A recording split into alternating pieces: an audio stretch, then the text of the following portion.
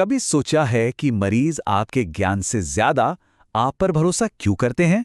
आज हम रॉबर्ट सियाल्डिनी की जबरदस्त किताब इन्फ्लुएंस के आधार पर वेलनेस प्रोफेशनल्स के लिए प्रभाव के मनोविज्ञान को समझेंगे। क्योंकि देखिए, वेलनेस की दुनिया में ना सिर्फ ज्ञान से बात नहीं बनती, असली विश्वास तो सही प्रभाव से बनता है। तो चलिए विश्वास बनाने के इस विज्ञान की गहराई में उतरते हैं। जरा एक पल के लिए सोचिए, जब कोई मरीज आपके पास आता है तो वो आपके नुस्खे से पहले आप पर, आपकी बातों पर भरोसा करता है। तो सवाल यह है कि एक कामयाब प्रैक्टिस की असली नींव क्या है? सिर्फ आपका ज्ञान या वो गहरा विश्वास जो मरीज को बार बार आपके पास खींच लाता है? और यहीं पर प्रभाव का सही मतलब समझना बहुत बहुत जरूरी है। देखिए, इसका मतलब लोगों को कंट्रोल करना बिल्कुल नहीं है। ये तो सहानुभूति और समझ के साथ एक गहरा सच्चा कनेक्शन बनाने की कला है। और जब आप इसे सही नीयत से इस्तेमाल करते हैं ना, तो आपकी प्रैक्टिस का असर 10 गुना बढ़ सकता है। मैं आपको एक छोटी सी कहानी सुनाता हूं, डॉक्टर राघव की। एक आयुर्वेदिक डॉक्टर थे। ज्ञान का तो भंडार था उनके पास, लेकिन क्लिनिक वो अक्सर खाली रहता था। वो बहुत परेशान थे कि मरीज दोबारा आते क्यों नहीं। फिर उन्होंने सियाल्डाइनी के सिद्धांतों को अपनी प्रैक्टिस में उतारा और सिर्फ 3 महीनों में सब कुछ बदल गया। नतीजा, उनका क्लिनिक एक सेंटर ऑफ ट्रस्ट बन गया। मरीज वापस आने लगे और अपने साथ दूसरों को भी लाने लगे। तो आखिर ऐसा क्या बदल गया था? डॉक्टर राघव ने असल में प्रभाव के 6 मूल सिद्धांतों को समझा और लागू किया। ये सिद्धांत हैं पारस्परिकता, संगति, सामाजिक प्रमाण, अधिकार, पसंदगी और आखिर में कमी। यही वो 6 राज हैं जो किसी भी वेलनेस प्रैक्टिस में चट्टान जैसे मजबूत विश्वास की नींव रखते हैं। तो हमारा पहला सिद्धांत है पारस्परिकता, यानी कि रेसिप्रोसिटी। ये मानवीय मनोविज्ञान का एक बहुत ही सरल लेकिन कमाल का नियम है। ये बताता है कि हम इंसान एक तरह से एहसान चुकाने के लिए ही बने हैं। कभी आपने गौर किया है, जब कोई आपके लिए कुछ अच्छा करता है तो अंदर से एक आवाज आती है कि आप भी उसके लिए कुछ करें, है ना? बस ये ही पारस्परिकता का सिद्धांत है। ये एक सामाजिक गोंद की तरह है जो हमें आपस में जोड़ कर रखता है। अब वेलनेस की दुनिया में इसका मतलब क्या है? इसका मतलब है सलाह देने से पहले एक रिश्ता बनाना। अपने मरीज को एक मुफ्त हेल्थ टिप दीजिए। जब आप बिना किसी उम्मीद के कुछ कीमती देते हैं ना, तो आप असल में विश्वास की पहली ईंट रख रहे होते हैं। इससे मरीज को आपके साथ एक सुरक्षा का एहसास होता है। चलिए अब आते हैं अगले 2 सिद्धांतों पर जो एक दूसरे से बहुत गहराई से जुड़े हुए हैं। ये हैं संगति और सामाजिक प्रमाण। ये दोनों मिलकर एक ऐसी इमेज बनाते हैं जिस पर लोग आंखें बंद करके भरोसा कर सकते हैं। इससे ना एक चुंबक की तरह सोचिए। आपकी संगति एक ध्रुव है और सामाजिक प्रमाण दूसरा। संगति का मतलब है कि आपके वीडियोस से लेकर आपके क्लिनिक के माहौल तक हर जगह से एक ही मैसेज जाना चाहिए। आपकी सेहत हमारी पहली प्राथमिकता है।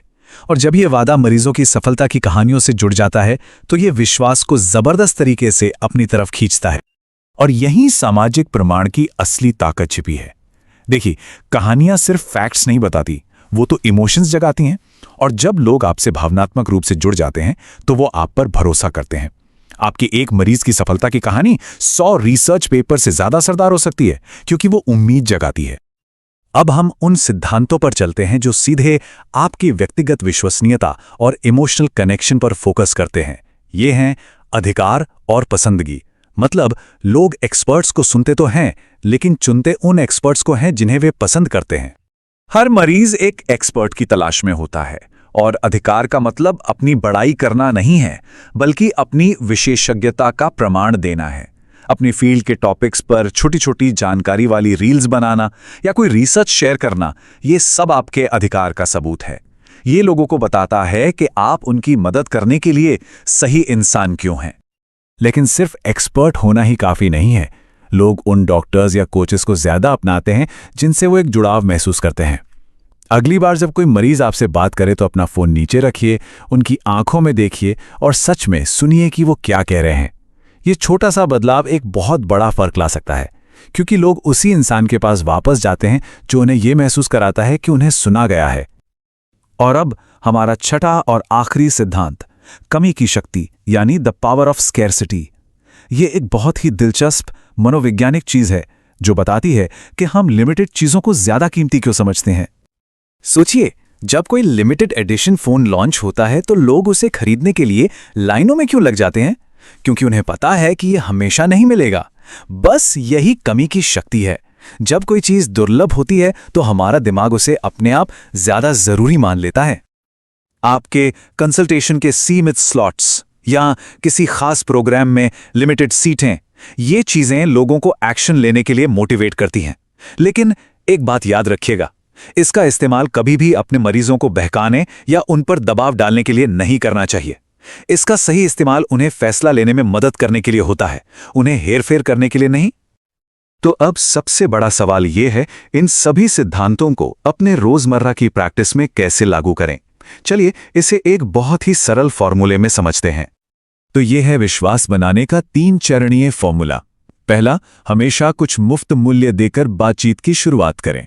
दूसरा, अपनी विश्वसनीयता बनाने के लिए मरीजों की सफलता की कहानियों का लगातार इस्तेमाल करें। और तीसरा और सबसे जरूरी, सहानुभूति को अपनी प्रैक्टिस का केंद्र बनाइए, क्योंकि लोग शायद आपके शब्द भूल जाएं, पर वे ये कभी नहीं भूलेंगे कि आपने उन्हें कैसा महसूस कराया। अगर आप इन सिद्धांतों को सिर्फ सीखना नहीं बल्कि इनमें महारत हासिल करना चाहते हैं और अपने जैसे दूसरे वेलनेस प्रोफेशनल से जुड़ना चाहते हैं, तो हमारे पास आपके लिए एक शानदार मौका है।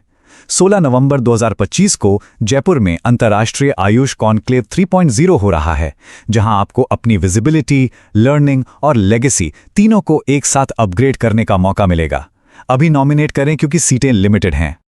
अंत में रॉबर्ट सियाल्डिनी के इस शक्तिशाली विचार को हमेशा याद रखें, एक वेलनेस गाइड के तौर पर आपका प्रभाव ही आपकी सबसे बड़ी ताकत है।